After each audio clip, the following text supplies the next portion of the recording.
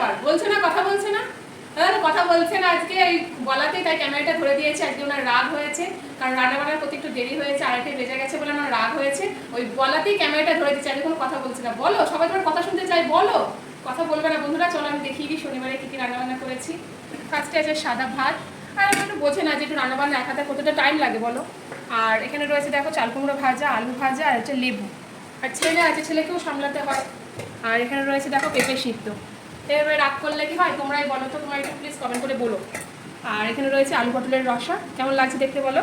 এই দেখো আলু পটলের রসা। আর এখানে রয়েছে ডাল, এখানে রয়েছে মটরের ডাল, এই দেখো এই ডাটা আর ঝিঙে দিয়ে, এই সেই কাটোয়া ডাটাগুলো হয় না, সেই কাটোয়া ডাটাগুলো, সেই সরু সরু ডাটাগুলো, উপকারগুলো ডগাগুলো দিয়ে মটরের ডাল করেছি। কে কে খাও এরকম ডাল একটু কমেন্ট করে জানিও।